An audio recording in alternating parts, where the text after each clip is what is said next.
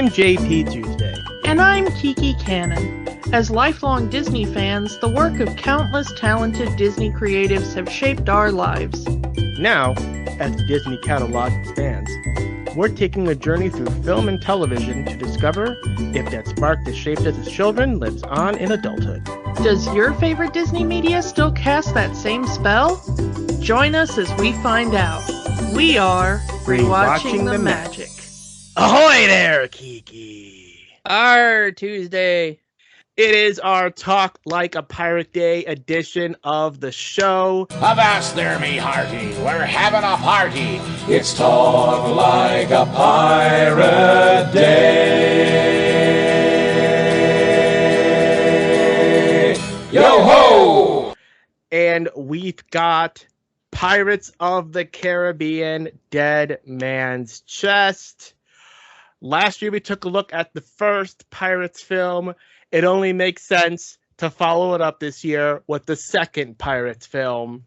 I mean, we know the history of the Pirates franchise, how Disney wanted to make movies based on the rides, and which gave us Haunted Mansion and Country Bears. And it's going to give us another Haunted Mansion movie soon. Oh, we talking about the Muppets one? Yeah. Yeah, Muppets Haunted Mansion. Which actually might be good, unlike the previous Haunted Mansion movie. And they just announced all of the celebrities that are going to be in that one. And that is a slew of celebrities. Including Ed Asner, who we talked about a few weeks ago. That's going to be a bittersweet moment when he shows up in that special. And strangely, they've also announced Disney Imagineer is going to make a special appearance. Did you see that? I did not. The 10th first ever gay character?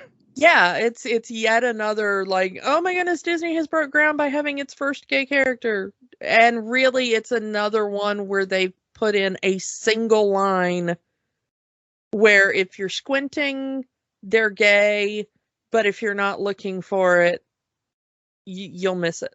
Something that's easily edited out or dubbed over for a foreign release. And honestly, it is so obscure that if you're not looking for it, they don't even have to edit it out.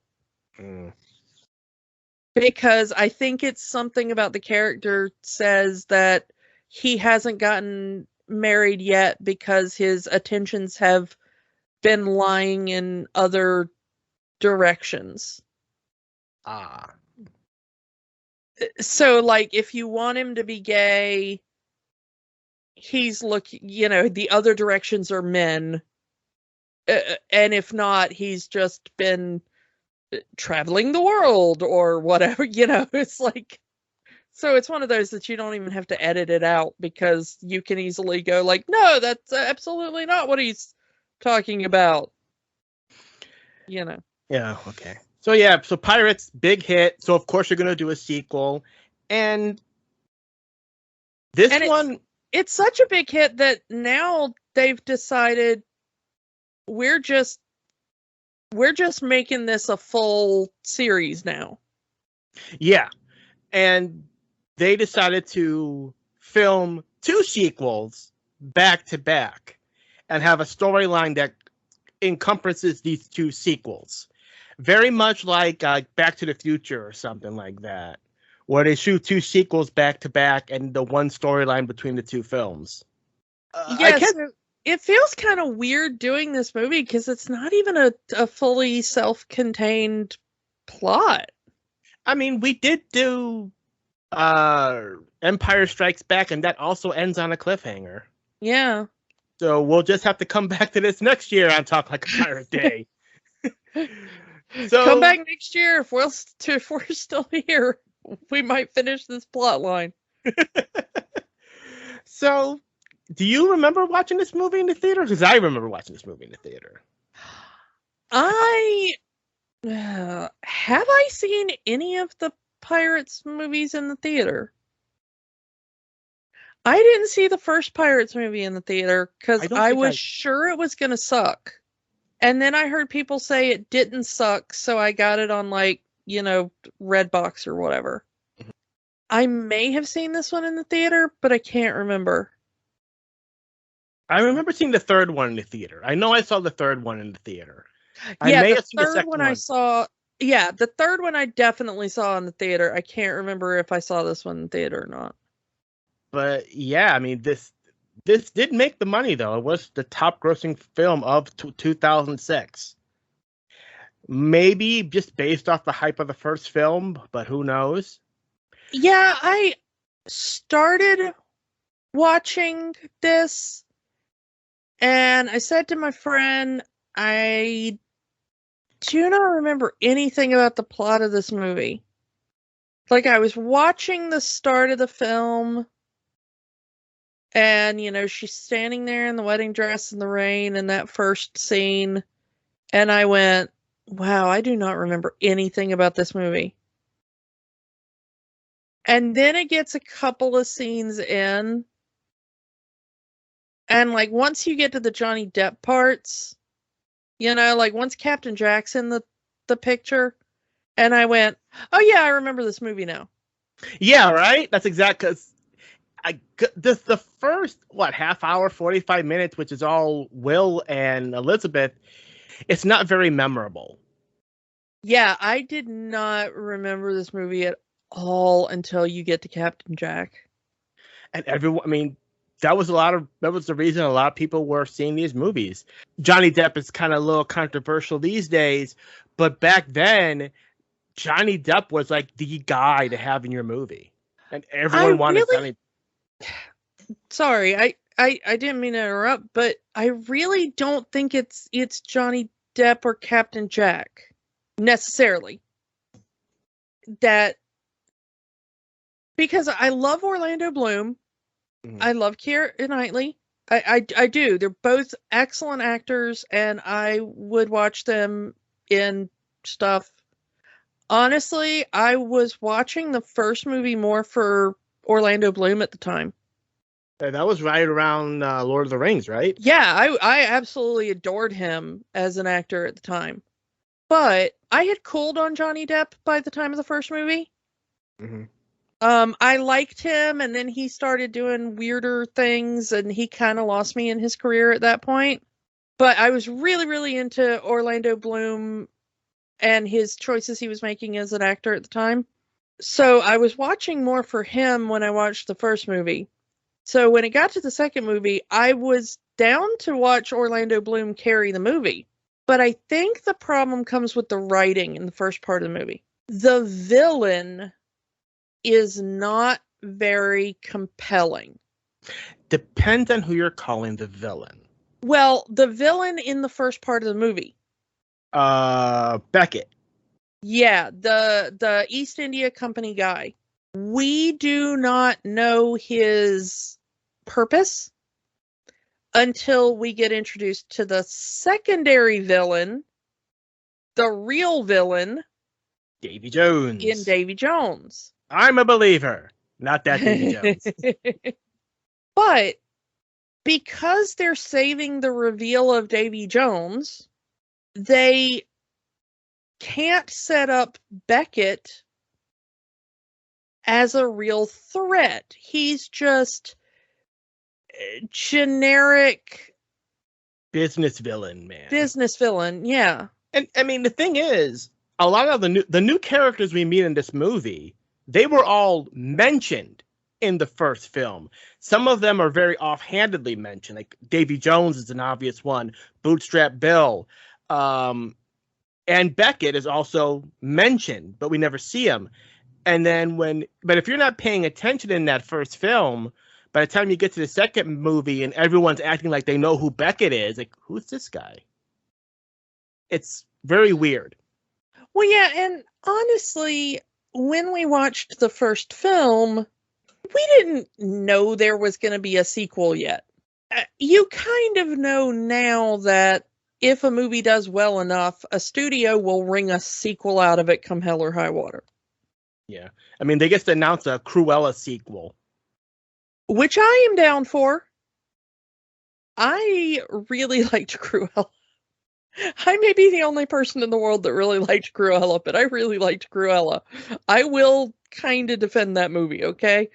Yeah, I mean, we get it now that Disney will absolutely force you to watch a sequel to anything that makes a buck. But at the time, we didn't get that there was going to be a sequel. There wasn't anybody standing there being like, pay attention, kids, this is going to be important later. Mm-hmm.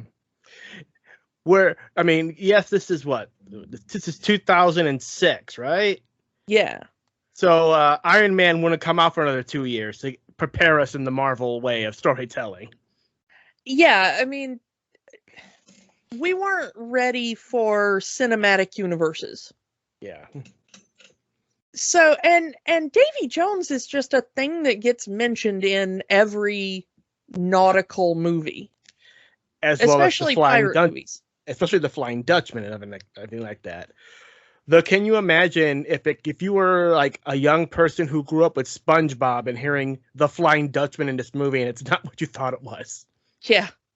But that kind of proves my point, though, is, anything that mentions the ocean, you're going to hear things like Davy Jones and the Flying Dutchman and the Kraken, and, you're not really expecting them to become major plot points.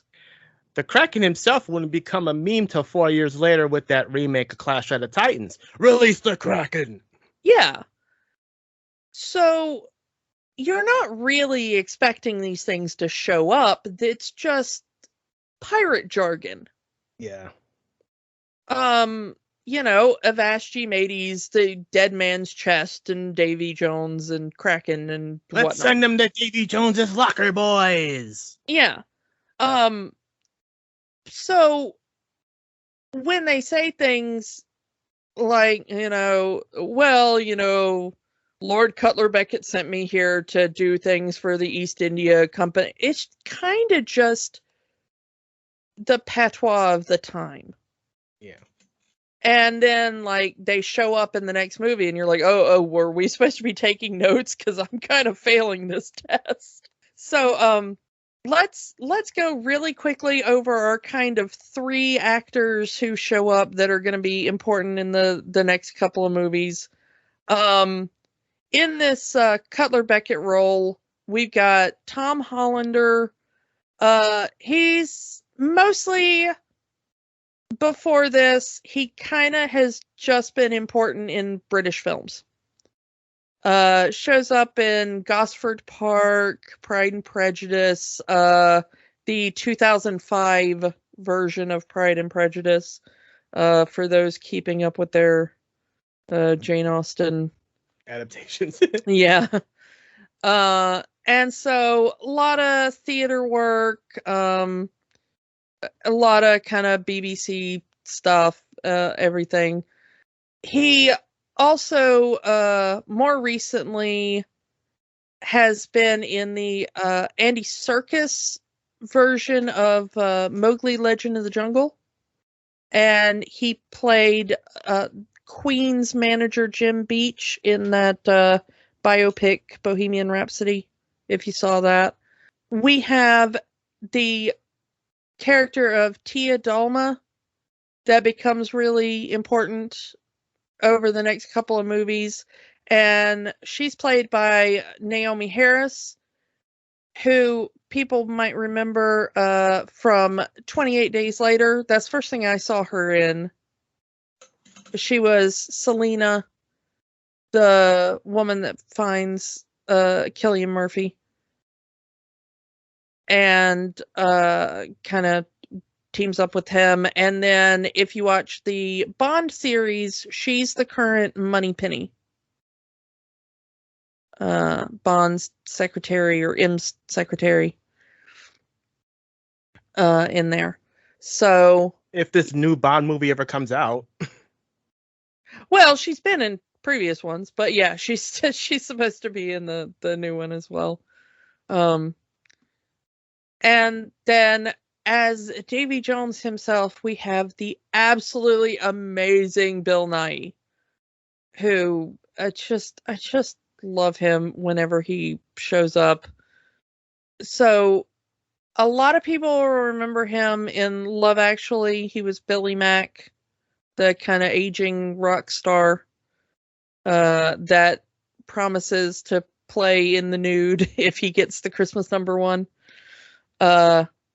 And then he is in the Simon Pegg, Shaun of the Dead, Hot Fuzz, those films, as well. He's in everything lately, and I love it because I adore him whenever he shows up. But does really well in these movies. Kind of different voice he's using. He does his accent a little different for Davy Jones. Straight up unrecognizable underneath whatever. I don't know if it's prosthetics or all CG or what. Yeah, I'm not really sure what they did. I mean, there's obviously a lot of CG. With the tentacles, yeah. Yeah, the tentacles are definitely CG, but I don't know if they did. I think most of it is probably CG, but I don't know if he was wearing like the dots like you see for, Andy Serkis, or if they did like a blue screen kind of thing over his face or what. I haven't really seen a lot of behind the scenes footage of how they achieved that effect, but I'm going to tell you, it looks gorgeous. It holds up amazing for early 2000 CG. We talked about like the Hulk movie and how that CG hasn't aged very well. All of the CG, a lot. I'm not gonna say all. I'm gonna say most of the CG in this movie has held up amazingly. Yeah, the character makeup effects that they did for all the sailors on Davy Jones' ship.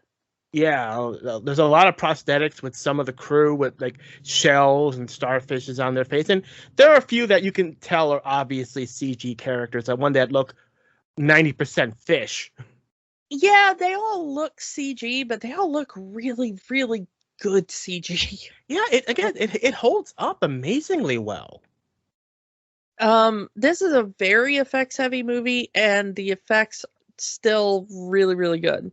And I believe they actually won the Oscar for that, which well deserved. Yeah, it's really, really good, good stuff. Yeah, I just looked it up, and apparently, motion capture tracksuit and dots all over his face, for Bill Nighy. So, yeah, it's if you've ever seen pictures of Andy Serkis and what he looked like doing Gollum, it's that kind of ping pong ball and those freckle dots all over his face and stuff. Yes, same kind of stuff. So Bill Nighy was on set. They were able to act opposite him, but he was in a mocap suit. I mean, that's got to be an odd picture. You see all of these actors in pirate gear, and here's this guy in pajamas and dots on his face. Yeah. So, but it's better than having the actor against a blue screen and away from the other actors, though. Yeah, they'll have someone to act off of. Yeah. And he will also have someone to act off of. Yeah, so that's pretty good for that being entirely CG creation. Really, really amazing. Apparently the stuff for Stellan Skarsgård, who is an addition to the cast, we've talked about him before in Thor. Yep. He Bootstrap Bill Turner. He was apparently given prosthetics initially, and they were going to augment it with CG. But apparently they got rid of the CG and just went completely prosthetic after that, I believe. They thought it looked better because he was supposed to be one of the newer additions to the crew and still mostly human. So they just gave him prosthetics. It looked good. Yeah, he looked really good as well. And great performance out of him. You really get the feeling that this guy, he's just a father that wants to protect his son. At first, when he's dealing with Jack, you get the feeling that he dislikes his fate, but he realized that he made his choices. He's going to serve his time, and then he's going to move on to whatever comes after. It's never said what happens after service. Because they say 100 years servitude to Davy Jones. Do you just die after that? Are you free to go about your way? Well, Jones says delay the judgment. So presumably after that, you die. So you're given 100 years of extra life as you are dying. Yeah, then, kind of in a purgatory-ish kind of thing. I don't know exactly what the crew thinks this will accomplish. Like, if they think maybe they're just not ready to die, you know? Yeah, and people will do crazy things when on death's door. And I think that's what Bill is telling Jack when he says that. Like, you know, people will do anything to escape their fate, you know. Like his story is, what he says is after the mutiny, because he was originally on the Black Pearl, and after the mutiny, after they took over from Jack, he was the one that felt remorse, and his payment for remorse was being loaded into a cannon and shot into the water. But remember that he was cursed with the gold too. So he would never have died, yeah. He would never have died. So I think his idea was, I will serve Davy Jones for 100 years. And after 100 years, I can finally die. But then the curse got lifted, thanks to his son in the last movie. Yeah. So he's still under the you know, servitude to Davy Jones at the beginning of the movie, but it's still, I'll serve my 100 years and then I will die. And I think that's kind of all he wants. He just wants it to end. Yeah. Which, you know, you feel for the guy. I mean, he even says it in the when he meets up with Will, that, you know, I want to say that I did it for you, but really I did it for myself. The whole piracy thing, like, he really just wanted to be a pirate. You know, he could have made up some BS, like, kind of like in Princess Bride, I became a pirate to gain treasure, and I will give you a great life. No, I'm not gonna BS you. I did it because I wanted to. Yeah. You know, we're going freeform with this one. This is a 2.5-hour movie. If we go scene by scene, we'll be here all day. Yeah, just sit back and enjoy the ride for this one. This movie is very bizarre and very complicated. And if you've seen it, you know where we're going with this, because this movie starts a chain of events in the Pirates movie that will take up the next 4 films. Pretty much. Because you have Jack here. Let's kind of go with Jack for a minute here. Jack, we find out that the reason Jack has the pearl to begin with is because he made a deal with Davy Jones to get the pearl. Now, Jack didn't count on getting mutinied, but he made a deal with Davy Jones for, give me the pearl for 13 years, and then I will serve you. And time's up.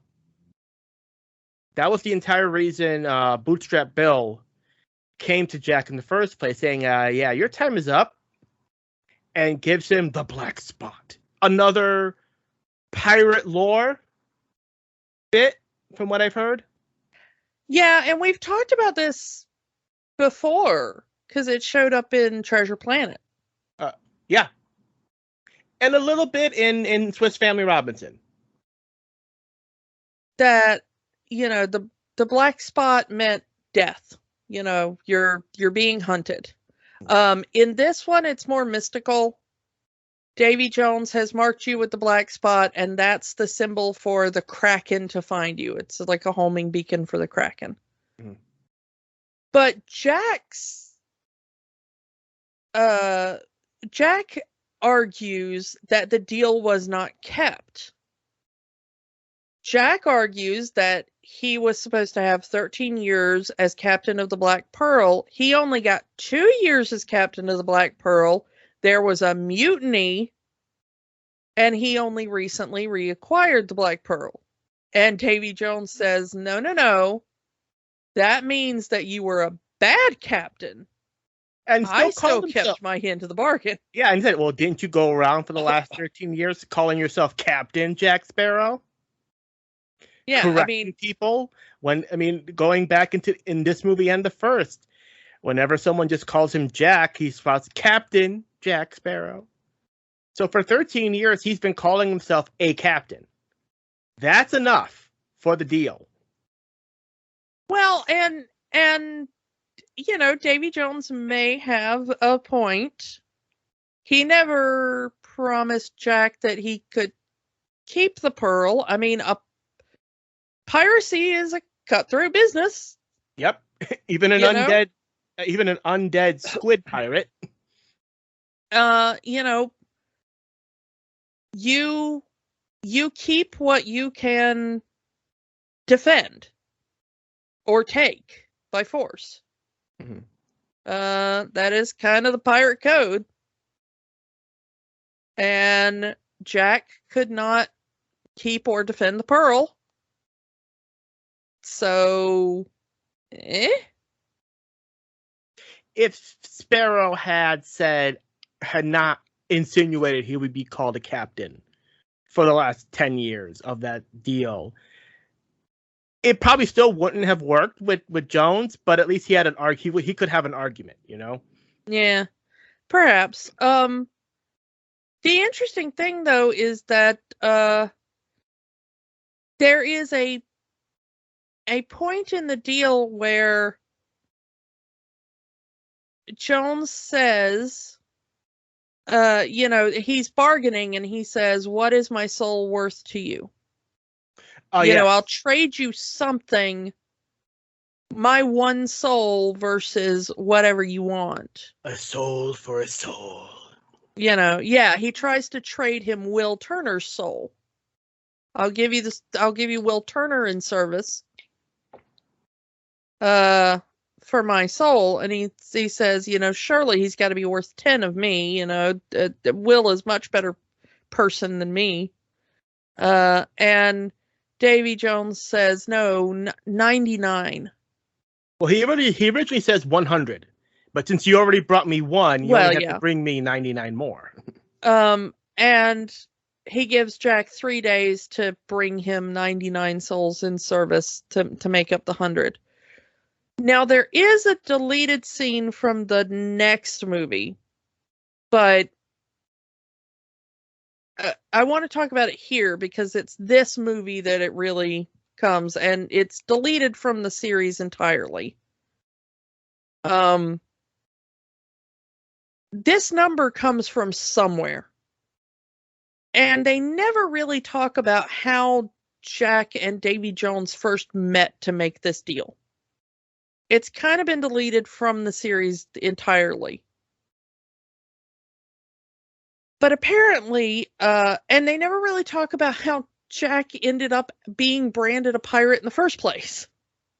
They did do a series of books called Young Jack Sparrow that kind of tried to explain it. I've never read them, though. Yeah, well, the story has kind of been circulated on the internet, and, the deleted scenes have kind of been, talked about and stuff. I may get some of the minor details wrong, but the broad story is that Jack apparently used to work for the East India Company. I believe that is mentioned at some point. And Jack was at one point stationed on a ship that was carrying enslaved people across the passage from Africa to the Caribbean or the Americas. And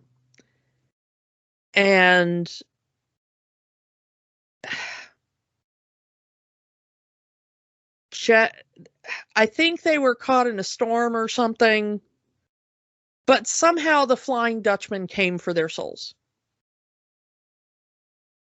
And Jack basically bargained for the souls of the enslaved people on the ship and his own.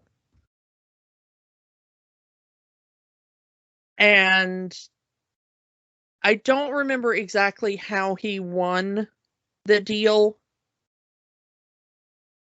but he basically got the ship out of danger and bargained for the Black Pearl and made the deal with Davy Jones. So it was 99 or 100 slaves that he bargained for, and that's where the number comes from? Yeah, and because the ship was lost or whatever, and Jack ended up showing up alive later, and the cargo, quote unquote, of the trip ended up showing up alive later, Jack was branded for piracy as having stolen the Goods. people. Yeah. And Jack basically considered it like, I didn't steal people, I set them free, you know? I didn't steal goods, I freed people. And he wasn't going to work for the East India Company anymore because they were dealing in slaves. And it kind of shows that Jack really is a good person underneath all of that, at least at some level. So it wasn't necessarily that Jack turned to piracy because he was a greedy, cutthroat, bloodthirsty kind of guy. It was that he was branded a pirate because he refused to be a part of the slave trade. And that he made the deal with Davy Jones to save not only his life, but the life of a group of enslaved people. And it was basically cut from the film series, and I kind of hate that because it kind of does. I guess they wanted to go more, anti-hero with him, but I kind of wish they would have kept it. Maybe it was something that not even Disney wanted to touch on slavery, But they kept things like the here's a tribe of cannibal people. I found myself wondering why this doesn't get a hey, this contains weird cultural depictions thing in it. So yeah, as after getting the black spot, Jack runs. He says his crew to get as far away from sea as possible. He's only safe on land. Yeah, because the Kraken will attack in deep water, so he has to stick to the shallows or land. And they end up on an island full of cannibals, which apparently sees Jack as their god. Yeah, there's just a whole lot of problematic in this. Let's get back to this. Let's go to Will and Elizabeth. We'll come back to this. Yeah, Will and Elizabeth have found themselves arrested for freeing Jack in the last movie. Arrested by the East India Company. Okay. On their wedding day. Before they're able to get married, the soldiers of the East India Company show up. This is where Beckett comes in.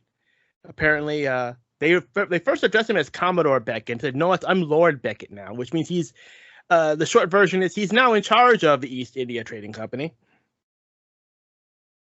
and he wants something. He arrests Will and Elizabeth for freeing Jack Sparrow, but is willing to let them go if Will retrieves something for Beckett.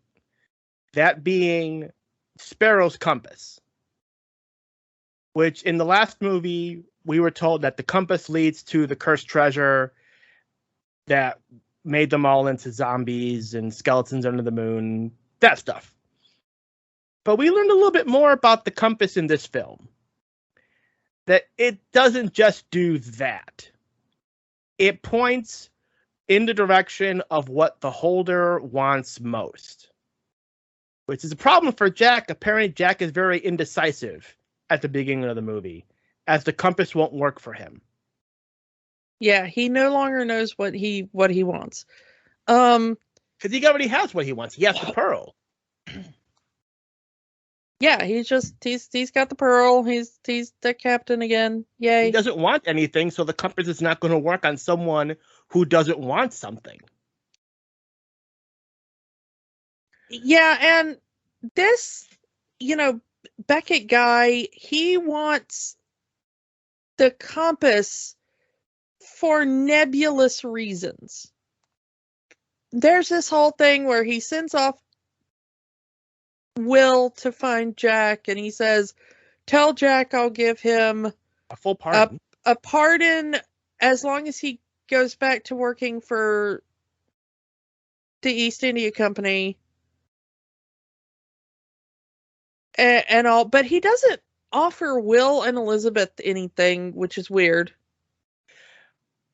Yeah, we don't find that part out till later on. Like, there's only one pardon, and it's not for Will or Elizabeth.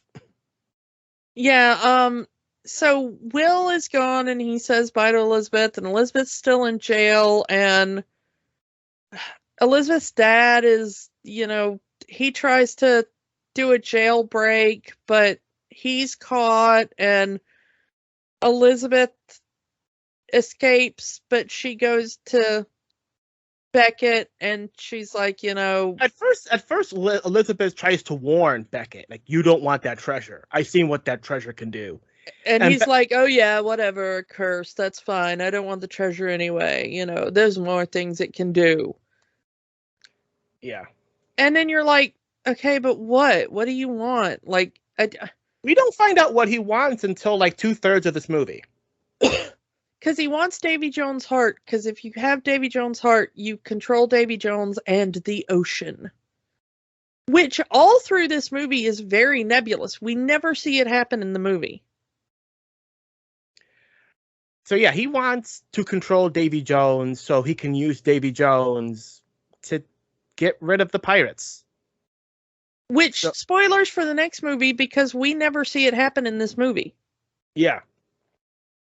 Which is a problem for this movie because we never know what this guy wants, really.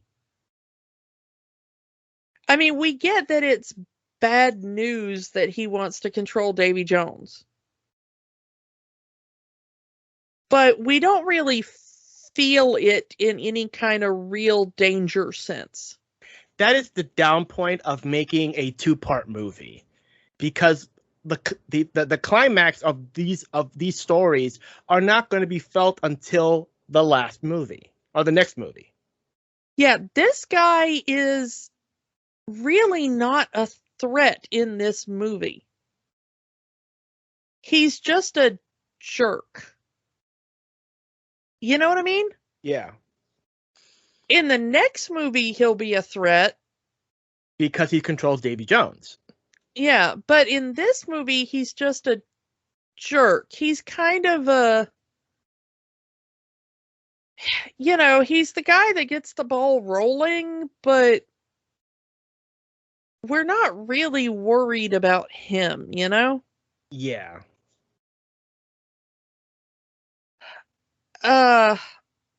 he's kind of easily defeated by Elizabeth because she just kind of holds a pistol on him and then she walks out the door. So we're like, I mean, Elizabeth's a badass. Like, no offense to Elizabeth. Mm-hmm. But, I don't know. I always got the feeling that Beckett allowed her to leave. Like, he could have easily called the guards in as soon as she left. Like, in retrospect, you feel that because of the threat he becomes in the next movie? Like a failsafe. Like, if Turner doesn't find Sparrow, Elizabeth will. Yeah, but watching this movie, try to take yourself back to watching this movie for the first time. We don't know that yet. So watching this movie for the first time, it just feels like she defeats him kind of easily. Mm-hmm. Yeah. And he ends up capturing her father, but she doesn't know that. At any point during this movie, she doesn't know that. And even that is kind of doesn't last long because he even tells Governor Swan here, yeah, I'll let you go and drop all the charges if you work for me. Yeah, so that danger even kind of seems to pass quickly. And he does have a sort of assassin kind of dude that skulks around in the background. But he doesn't really assassinate anybody. He's more like a spy, if anything. Well, no, he does assassinate the captain of the ship that Swan tries to get himself and Elizabeth away on. Mm. But that's the only guy we see him kill, and then he shows up at one point on Tortuga and kind of spies on Elizabeth and then comes back and reports, but that's about it. So he's, kind of threatening in the background in one or two scenes, but he only kills one guy, and then he just kind of looks creepy. Yeah, and so Elizabeth, she sneaks on the ship, plays up superstitions and gets them to go take her to Tortuga because Sparrow always ends up back at Tortuga, and she's going to wait for him there. It's a good plan. And it's a funny scene, how she has the wedding dress and she turns it into a ghost, and there's the captain of that ship is saying, no, we don't have a ghost on the ship, we have a stowaway, and guys, she's probably naked. Yeah, these are really ridiculous goofball sailors. Yeah. So yeah. And they're so imperceptive that she sets up a whole thing where she puts lamp oil on the deck to make it catch on fire, and she knocks over a lantern, and they totally miss that the deck of their ship is on fire, and they're staring over the side of the ship into the water like, oh, it must be over here, look for a sign. And then she has to go like, oh, look, what's this? The ship is on fire. It's like, you kind of don't feel all that bad when these guys get eaten by the Kraken, Yeah. But oh yeah, Pinto and Ragetti are still here. They have they survived in the last movie. There's a little attempt at them having some sort of redemption as they're reading the Bible, saying, well, we're not immortal. One of them is. One trying to read the Bible. Saying, well, we're not immortal anymore. We got to protect our immortal souls. But that's kind of thrown out as they immediately rejoin the Pearl. But, they try to, we need to get rid of the source of temptation for them if we're going to be, good Christian pirates. Yeah. Yeah, these guys are always weird because everybody else is with Jack. And these two are always kind of doing their own thing. Yeah. You know, everybody else is kind of like, oh yeah, Jack, we're your crew again, and these two are always kind of like stealing from him and running the opposite way. And I don't know.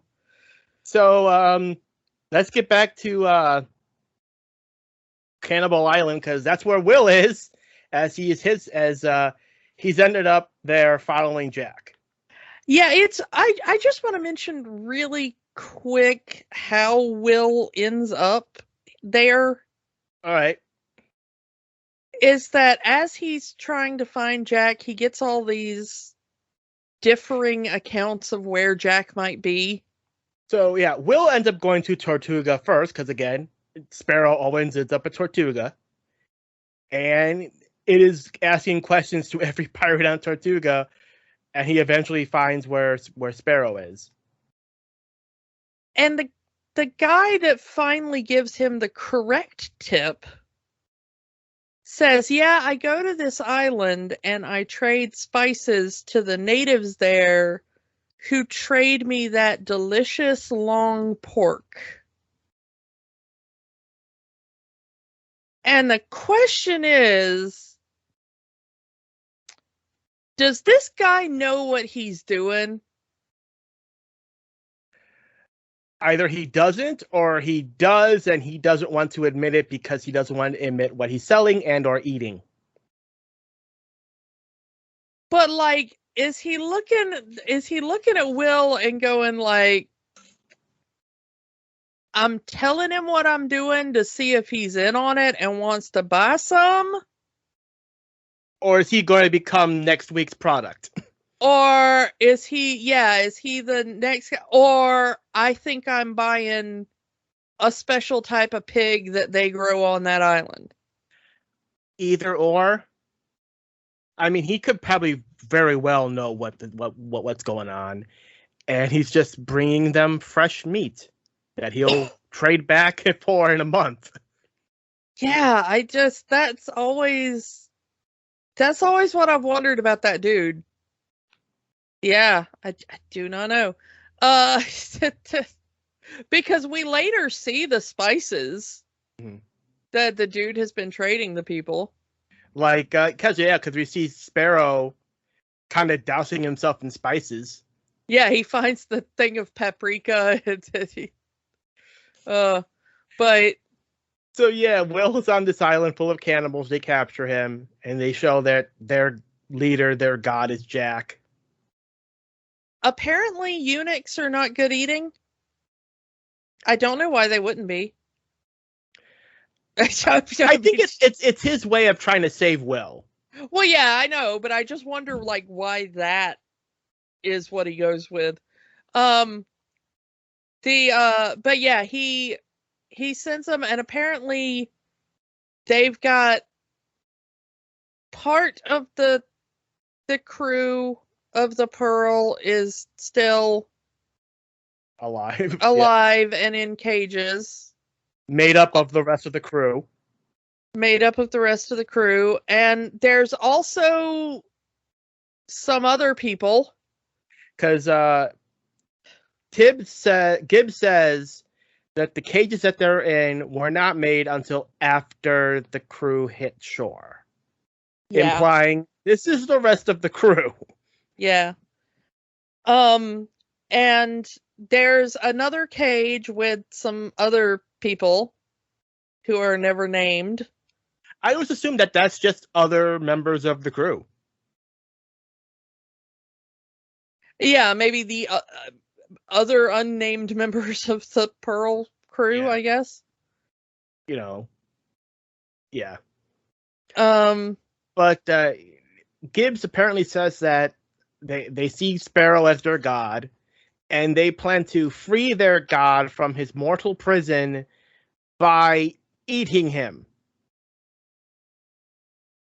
Yeah, and that's why Jack kept whispering to Will, "Save me, save me." So Jack is trying to figure out a way to prolong the ceremony while he figures out a way to escape. And the Pearl crew is trying to figure out a way to escape from these dangling cages, which is actually leads to a really good action sequence. Yeah. As they escape from Cannibal Island. I really do kind of like this sequence. There's a lot of humor in it. But it's mostly Not visual really, gags. There's a lot of action, there's a lot of comedy, not something that could easily be described in words, honestly. Yeah. I have to actually watch this. So the interesting thing is that as they've gotten here, Pintel and Forgetti have brought the dog with the keys. That's apparently how they broke out of prison in between films. Yeah, but they've brought the dog with the keys with them to Cannibal Island. This is a bit that has never made sense to me. Well, we see earlier that Governor Swan is trying to get Elizabeth out of jail, but they can't find the keys. He even says, "Where's the dog with the keys?" And now we know where the dog is. Well, yeah, but the distance between all these islands, where they are, how they ended up there, the exact timeline is all a little fuzzy. So how these two weirdos ended up in a rowboat at this particular island with this dog is all a bit weird in my brain, you know? But somehow they end up there with the key dog, and all the humans escape the island, but the dog ends up there. And there's a weird end credit sequence where now the tribe worships the dog. I don't think things are going to end well for the dog. Well, the thing is apparently the dog ends up fine throughout the series, and later we find out that the dog has some kind of, like, the dog used to be like Davy Jones' dog or something. I don't know. It's like there's something about the dog that they write into the storyline, that the dog has like a grander purpose. Not purpose, but the dog has like a grander backstory. Okay. Yeah, so we leave the dog bizarre. On Cannibal Island being worshipped as a god. Yeah. It's not a bad life if you can get it. Yeah, apparently the dog ends up leaving the island on the backs of sea turtles. Which is how that joke, the running joke again. Yeah. Yeah, because in the first film, Jack said he escaped by sailing on sea turtles. Will says it again in this movie. And he ends up becoming the keeper of the Pirates Codex keys in Shipwreck Cove later, and yeah, the dog just keeps showing up in these movies. Like, the dog never dies. It's just kind of constantly always there. But yeah, so Jack really wants this key all throughout the movie. He has like a drawing of this special key, and he ends up taking Will to see this woman named Tia Dalma, who's an Obeah princess. That the key opens what they call the dead man's chest. And the dead man's chest holds the heart of Davy Jones in it. And with it, if you have the heart of Davy Jones, you can kill Davy Jones or you can control Davy Jones. And she also gives us the backstory of Davy Jones, which is that he fell in love with a woman who was as fickle as the ocean. We later find out that she's literally the spirit of the ocean, the goddess of the ocean, Calypso. And spoiler alert from later movies, she's also Tia Dalma. So, like, because they say in this movie, like, we heard that he literally fell in love with the sea. And she's like, well, there are many different stories and all of them are true. Like, he literally fell in love with the ocean goddess, who is the personification of the ocean. And later she was trapped in human form, and that's this chick. And he said he was so heartbroken over leaving his love on land, because part of being the captain of the Flying Dutchman is you can only touch land once every 10 years. And he was so heartbroken that he had to leave her for the sea that he cut the heart out of its chest and put it away, and put it in this treasure chest and buried it away so he would never feel love again. Kind of extreme, but we later find out in the other movie, again, spoiler for the next movie, but this is just what they do to the captain of the Flying Dutchman. Like, it doesn't matter who the captain of the Flying Dutchman is, they will have their heart cut out of their chest, and they become the captain of the Flying Dutchman. Yeah, it seems like a lot of this was like retconned as they wrote the other movies. Well, supposedly these two movies were written together. These two movies are supposed to be watched back to back. But maybe there was a couple of rewrites and they had to figure something out. Yeah. This is where we find out that if you have the heart of Davy Jones, you control Davy Jones.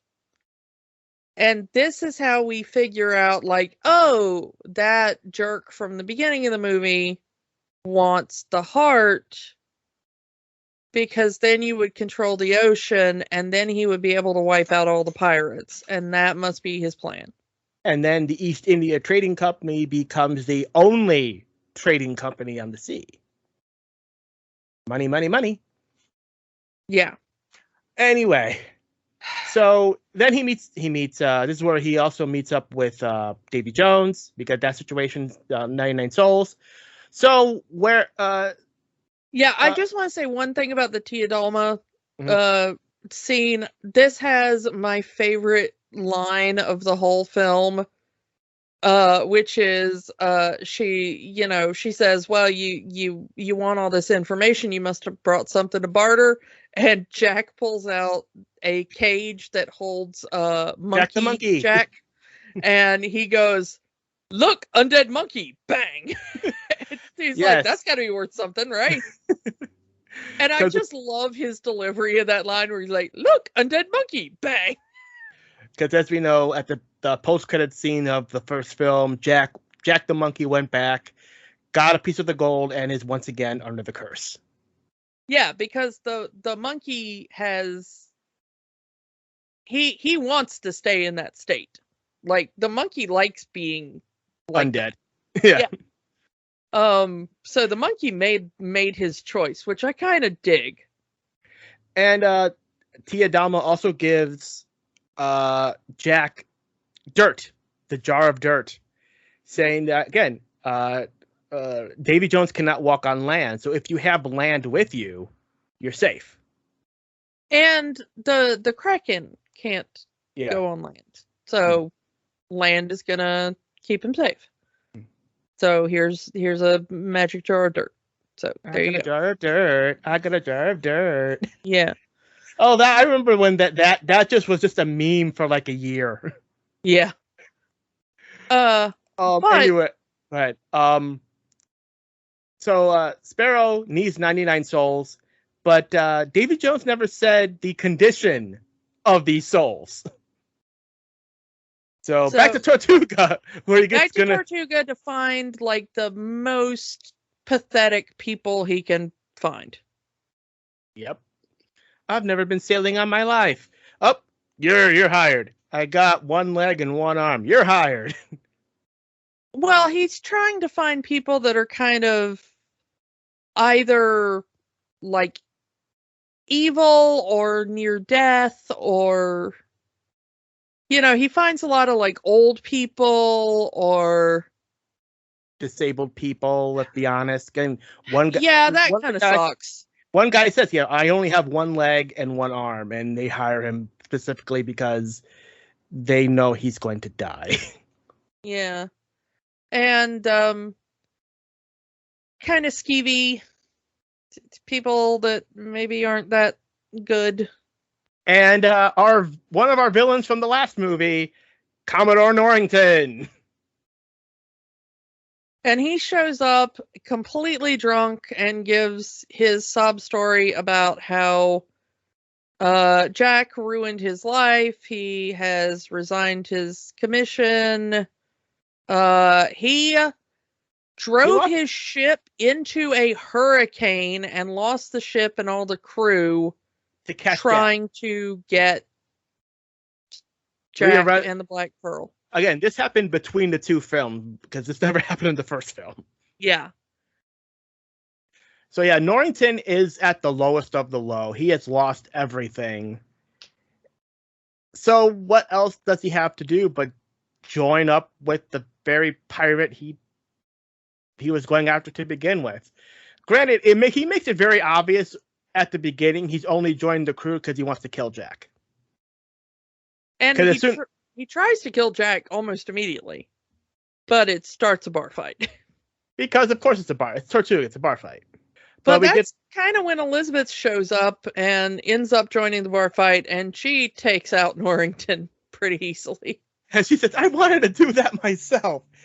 On one hand, she knows that Norrington is useful, so she doesn't want him dead. But on the second level, she's been wanting to do this since the first film. I mean, Norrington was not the best guy in the first film. Yeah. He is an entire satchel full of Richards. Remember, Norrington is Elizabeth's ex-fiance that is very much at least 10 to 15 years older than her.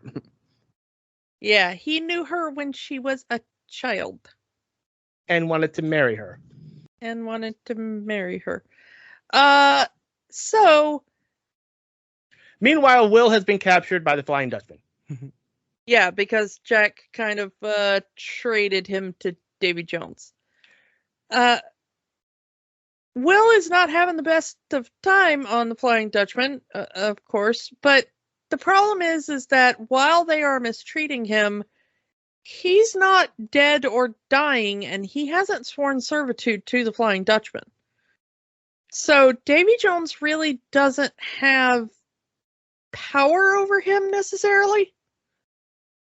He can technically leave, but he's there to find the key. And he also realizes that one of the people there is his father. And that becomes his new mission, is he wants to rescue his father from servitude to Davy Jones. And the only way to do that is to kill Davy Jones. And the only way to do that is to stab the heart. The only way to get the heart is to get the key. Yeah. And he sees a couple of the sailors playing a dice game called Liar's Dice, and he asks his dad about the rules and everything, and he says, wait, so you can challenge anybody on the ship? And he says, yeah. And Will immediately shouts, I challenge Davy Jones. Cojones, boy. That's some cojones, Mr. Turner. Yeah, but he doesn't play to win. He even says it. I didn't play to win. I just needed to know where the key was. Except, he doesn't tell his dad his plan, because why would he? It's the father he's really never known. He doesn't know what side his dad's on, frankly.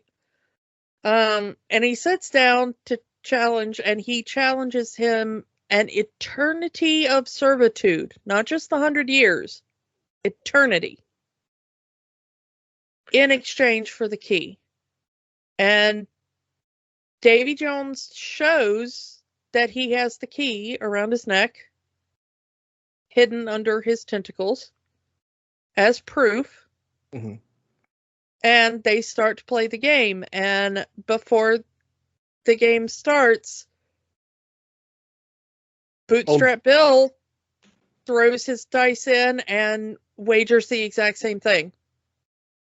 And Will says, why did you do that? And Bill says, well, the die's been cast. Yeah, he said, I'm not going to have my son do this. You know? But even if Will lost and Bootstrap Bill didn't put a dice in, yeah, eternity of servitude. But the minute he gets the key, the minute he gets the chest, the minute he kills Davy Jones, he's no longer in servitude to him anymore. No matter how long it takes, he was going to find a way to kill Davy Jones. Yeah. But again, Bootstrap didn't know that. So now Bootstrap throws the game, saying that he has a winning hand when he doesn't. So he basically throws an impossible hand is the other thing. So it's 6 dice. You have to say how many of your dice are going to have the same number. He throws the impossible hand of 5 5s on the dice, which again, an impossible card to play. He loses the game and has an eternity of servitude. He even says to Will, the next time we get to port, because nice little joke there, because he can't touch port, you're free to go.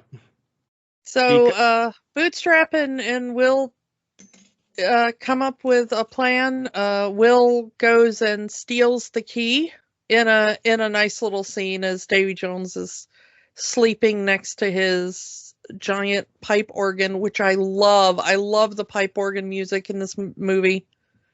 It's really nice and gothic, and I really love it.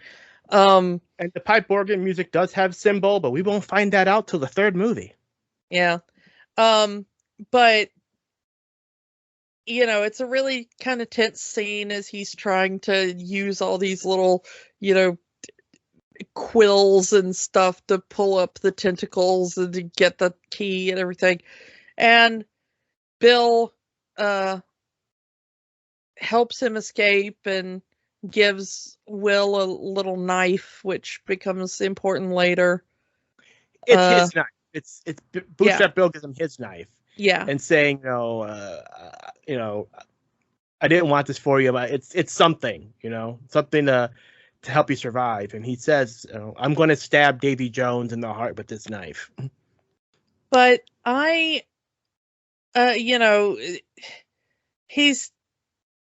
Will says, like, they're gonna know you helped me, and he's like, well, what can they do to me?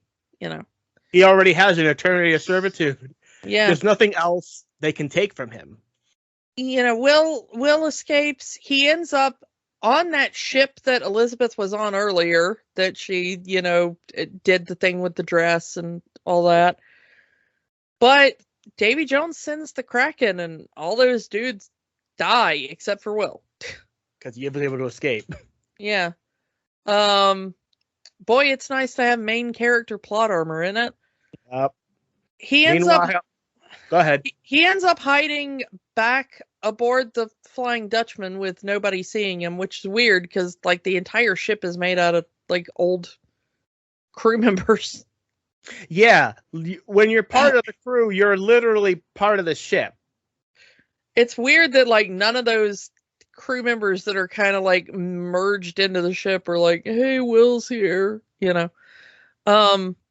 But he hides aboard the ship, and Davy Jones figures, like, well, they're going to where I've hidden the chest that holds my heart. Let's just beat them there.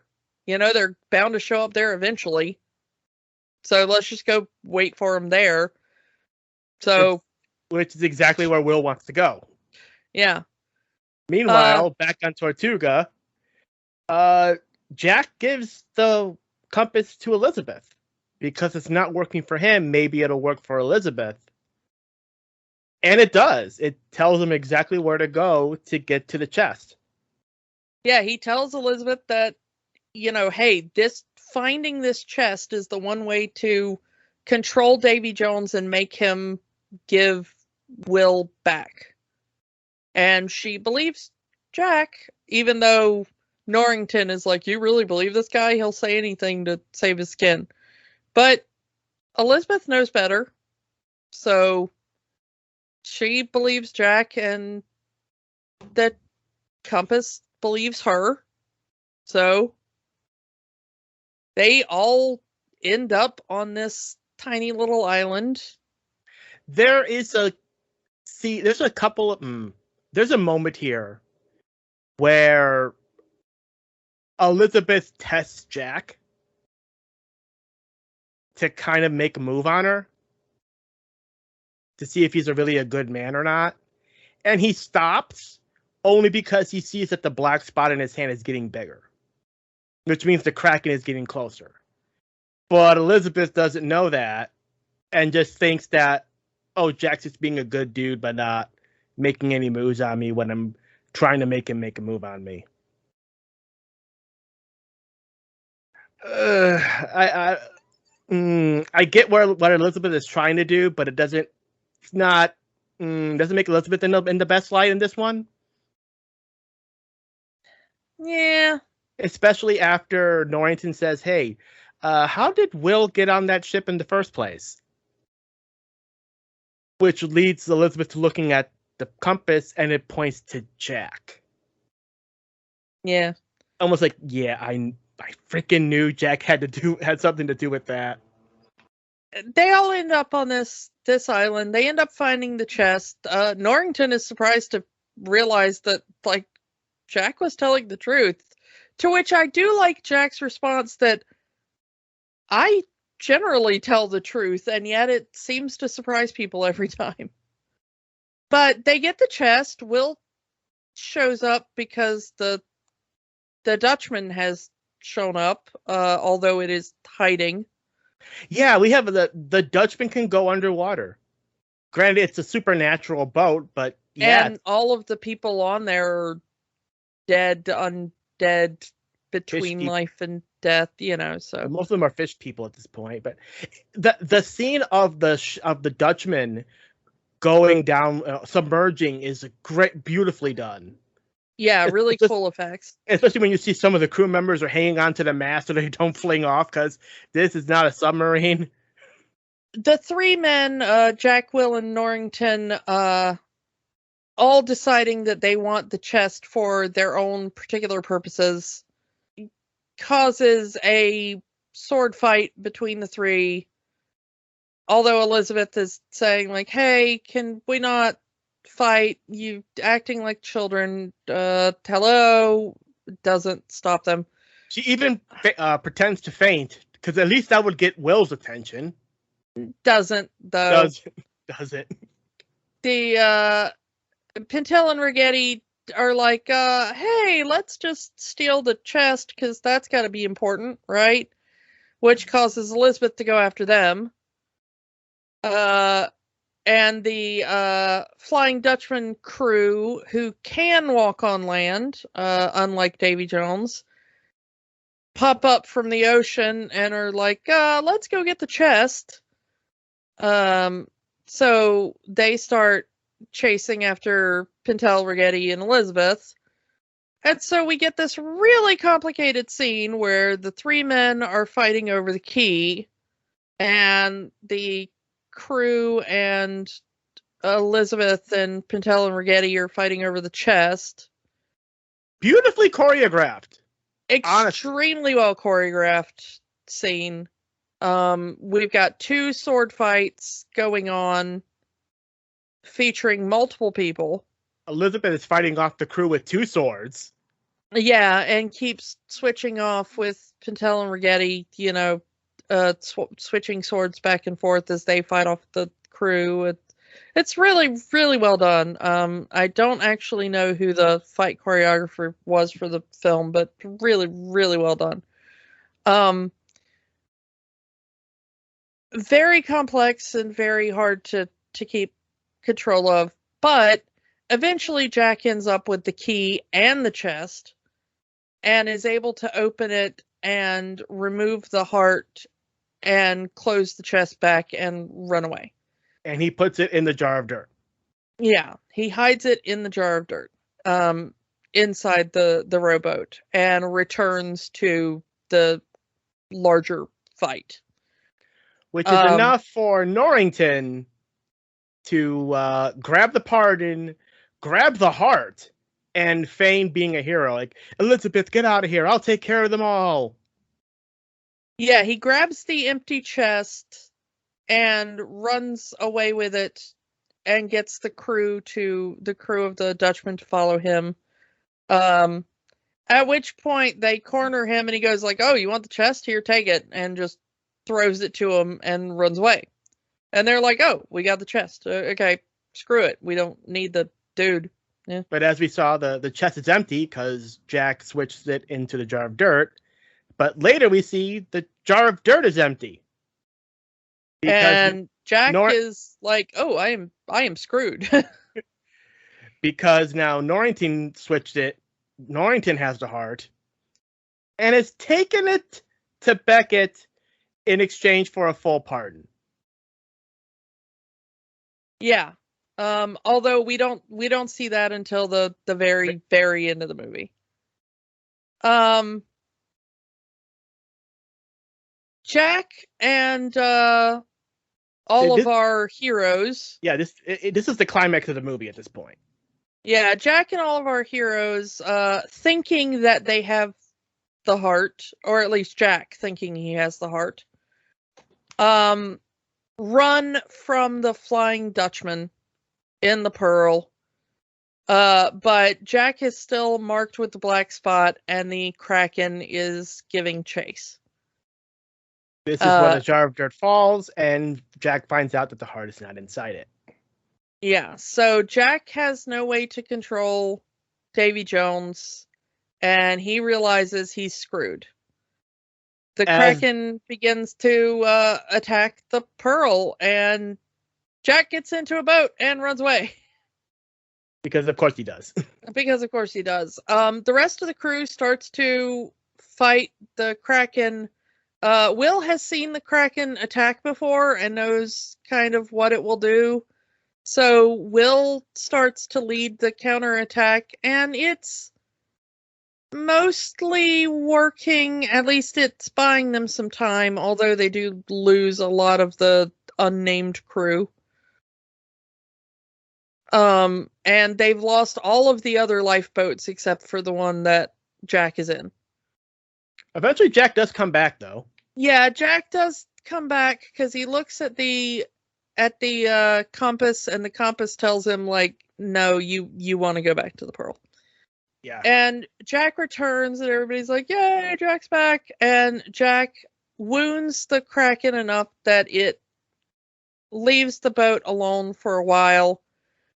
But Elizabeth realizes the Kraken doesn't want the ship. The Kraken just wants Jack. So they call for a abandoned ship. Even Jack in a very surprised moment said, "It's just a ship. Everybody get out." And as everybody's getting into the ship, Elizabeth does possibly the coolest thing she does in the entire series. It's also the coldest thing she's ever done in the entire series. Yep. She finally gives Jack that big ol' smoocheroo he's been wanting. For the last two movies. Yep. And she just lays it on him, which Will sees as he's loading into the boat. And she just backs him right into the mast. And shackles him. And shackles him right to the mast. Of course, Will's getting the wrong idea because he thinks Elizabeth is in love with Jack. But she only kissed him to distract him enough to shackle him. Yeah, and she tells him, I figured it out. It only wants you. It doesn't want us or the boat. Just you. If you're here, we can get away. And Jack smiles and he says, wow, pirate. He's impressed. You're a pirate, girl. Go. That's cold. That is cold pirate. He's legitimately impressed that she had it in her to do that. I mean, come on. Getting shackled to a post is worth making out with Keira Knightley.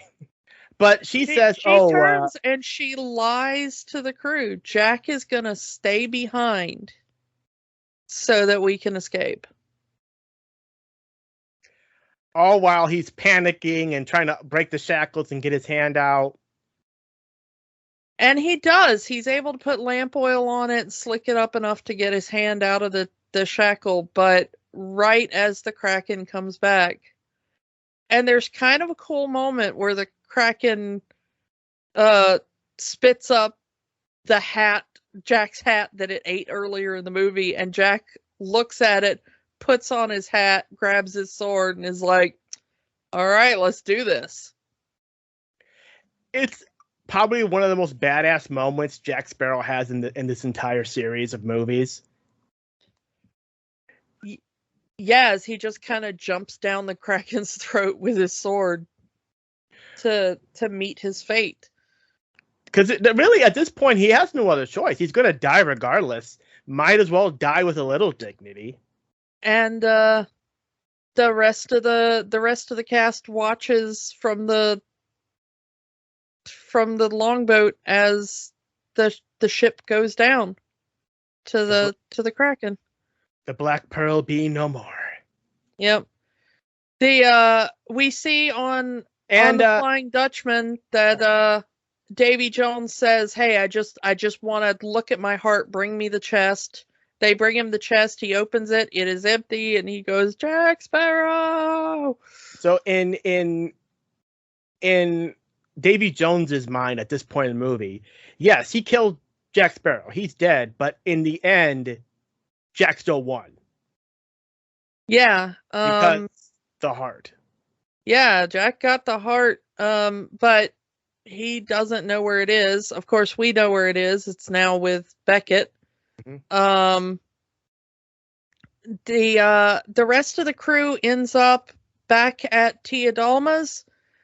Tia Dalma gives them, a drink. They toast to Jack, although Will gives Elizabeth the side eye as she says something nice about Jack, because now he's like, "Oh, you're in love with Jack." And Tia Dalma says, "Would you go to the end of the world to save Jack," or whatever. So we get the name drop for the next film. And they said, "Oh yeah, we'll go. If there's a way to save Jack, we'll do it." And they all make a pact to save Jack. And she says, "Well, you're gonna need a guide." And we hear, boots on stairs, and there's Barbossa. Alive again. Yeah. I remember seeing this in the theater. Now I do remember seeing this in the theater. And the big shock of everyone as Barbossa walks down the stairs and eats the apple. There were people cheering the apple moment, because that was a big thing in the last movie, that he couldn't even eat anything. And now here's this apple, chomping on that, enjoying the taste of that great apple with Jack the monkey on his shoulder as the movie ends. And we set up for the third movie coming out the next year. Yeah. So that's where we leave it. Jack is dead, although we're promised he's not dead. They immediately undercut it by, "We're gonna go just save Jack Sparrow." Yeah. Because they don't want you to think that there's a reason not to go see the third movie. People have learned after the Transformers movie, when you kill off one of your main characters like that. Yeah. But yeah, that's Pirates of the Caribbean, The Dead Man's Chest. Really half a movie, honestly, despite it being 2.5 hours. Yeah, this was a long movie. I had forgotten how long this movie was. There are movies that are 2.5 hours that you can sit through and it'll go by like that. I can sit through Avengers Endgame, and that's 3 hours, and those 3 hours can fly by. This one kind of doesn't. This one, you feel every second of this movie. Especially that first act. Yeah. That first act crawls. So, you gotta wonder, though, gotta ask the question, Tuesday, does this one have the magic? I think so. Again, despite this being set up for another movie, there's still some good moments in this movie. And really, you have to watch both movies together. And we'll get to the third movie in a year. But yeah, I'm going to say yes, but it does take a while to actually start up. Yeah, once you get into the actual meat of the movie, there's magic. And it stops at just enough of a point after it really gets going that you kind of do want more. Even though this is a 2.5 hour movie, even though it takes forever to get going, when you see Barbossa walking down those stairs, you're ready for the next chapter of this story. Yeah, honestly, I think once you've seen the movie the first time, there should be a skip exposition segment, or maybe there needs to be like a fan edit. You know what I mean? Yeah. That kind of cuts out some of the superfluous stuff. I see it. Yeah, I can see that. Like, the opening hour can be cut down to at least less than 30 minutes, and you really won't miss anything. Yeah, that whole kind of setup with Beckett really just needs to be like 15 minutes. Or could there be like a 3-hour edit of the two movies together or something? Maybe. I don't know, because it's been a while since I've seen the third movie. So, maybe I'll wait for my rewatch of the... As we're filming this before actual Talk Like a Pirate Day, I might actually enjoy my for real Talk Like a Pirate Day by binging the rest of the films. Hey, it's a good way. It's a good thing to do on Talk Like a Pirate Day. Yeah, I don't know. We'll see how that turns out for me, but I might just kind of go do a binge and see how it kind of flows for the rest of the series. But yeah, there's a lot of it that it just feels like you could kind of cut it down and get to the good parts. Yeah. I might just want a fan edit of the Pirates of the Caribbean, the Good Parts edition. Yeah. So, yeah. Let's move on to next week. We are going to be doing our first Disney Channel original movie. This is something we have been talking about off mic for a while, and how are we going to handle the DCOMs? Because most of the DCOMs actually came about after we were out of that age group, and you yourself, Kiki, did not have the Disney Channel during those early years of these DCOMs. So we're going to go to Xenon, Girl of the 21st Century, which really is the only DCOM I actually remember watching because my niece was obsessed with this movie. Yeah, a lot of my friends are also obsessed with this movie. It's another one that passed me by, so this one's going to be a first watch instead of a rewatch for me. But it's kind of come highly recommended from a lot of you, so I'm looking forward to it. If you're a DCOM fan, come on back and hear us discuss Xenon, Girl of the 21st Century. And we'll talk to you all then. Bye. Bye. Happy Talk Like a Pirate Day. Arr. Jack Nicholson's an actor, and Jack Black, he rocks for laughs. Jack Skellington's the Pumpkin King, with jolly epitaphs. Bruce Campbell played Jack Styles, who was the jack of all trades. And Jackie Chan did his own stunts while juggling live grenades. All of these Jacks beloved, they all go the straight and narrow. But none of these Jacks holds a candle to Captain Jack Sparrow. Savvy. Play those drums, you pilfering percussionist! Pound 'em, lad! Pound 'em! The pirates of the Caribbean sailed the ocean blue, led by Captain Barbossa and his own skeleton crew. They ransacked old Port Royal and they took a gold doubloon, so that they could break the curse and see their skin under the moon. When Jack had met Will Turner, he knew he was Bootstrap's son, so he broke out to guide him like a drunken Obi-Wan. Will Turner saved his girlfriend and they broke the Aztec curse, and we summarized the whole damn film in just one lead-in verse. Yeah, it got 2 pegs up. When young Miss Watson Bible side, that's when no rings anew. Despite he had the wedding date, his coupling date was through. The pearl hit the horizon and there was no looking back. If you've never seen the movie, then you don't know Jack. Don't bump the mic, I'm bootlegging this song. Are you going to sell it? Yeah, I'm going to burn it onto a CDR. I frequent the cantinas, drinking up between ordeals, but I dislike when cannibals invite me to their meals. Aboard the Flying Dutchman, after seeing every griever, I took one look at Davy Jones and said, I'm a believer. Meanwhile, Will and his leggy lass became a bride and groom. Decided he would help him elf, and then he lowered the bloom. He took Elizabeth to town, though it may seem unsightly. Now everyone in Royal knows who does Keira Knightley. I'd buy that for a shilling. So come on all and sing a song about our favorite crook. He's sure not finding Neverland, but at least we got a hook.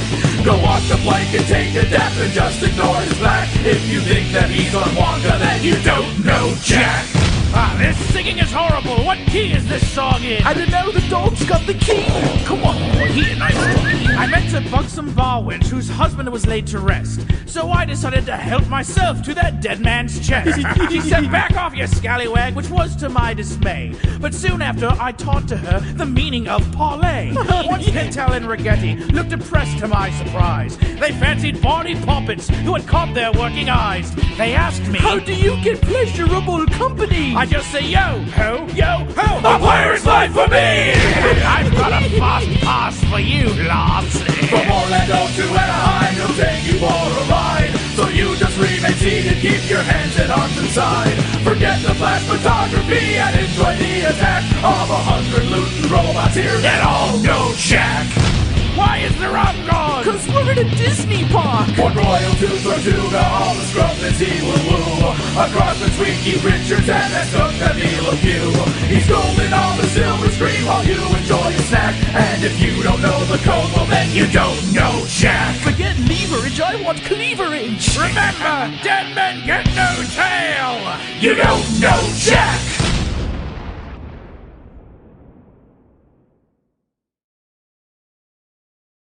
Don't let the magic stop here. Join our conversation online on Facebook at Rewatching the Magic. Twitter at Rewatch the Magic. And of course, new episodes every week at rewatchingthemagic.podbean.com. Remember, the magic is for everyone. It only stops if you let it.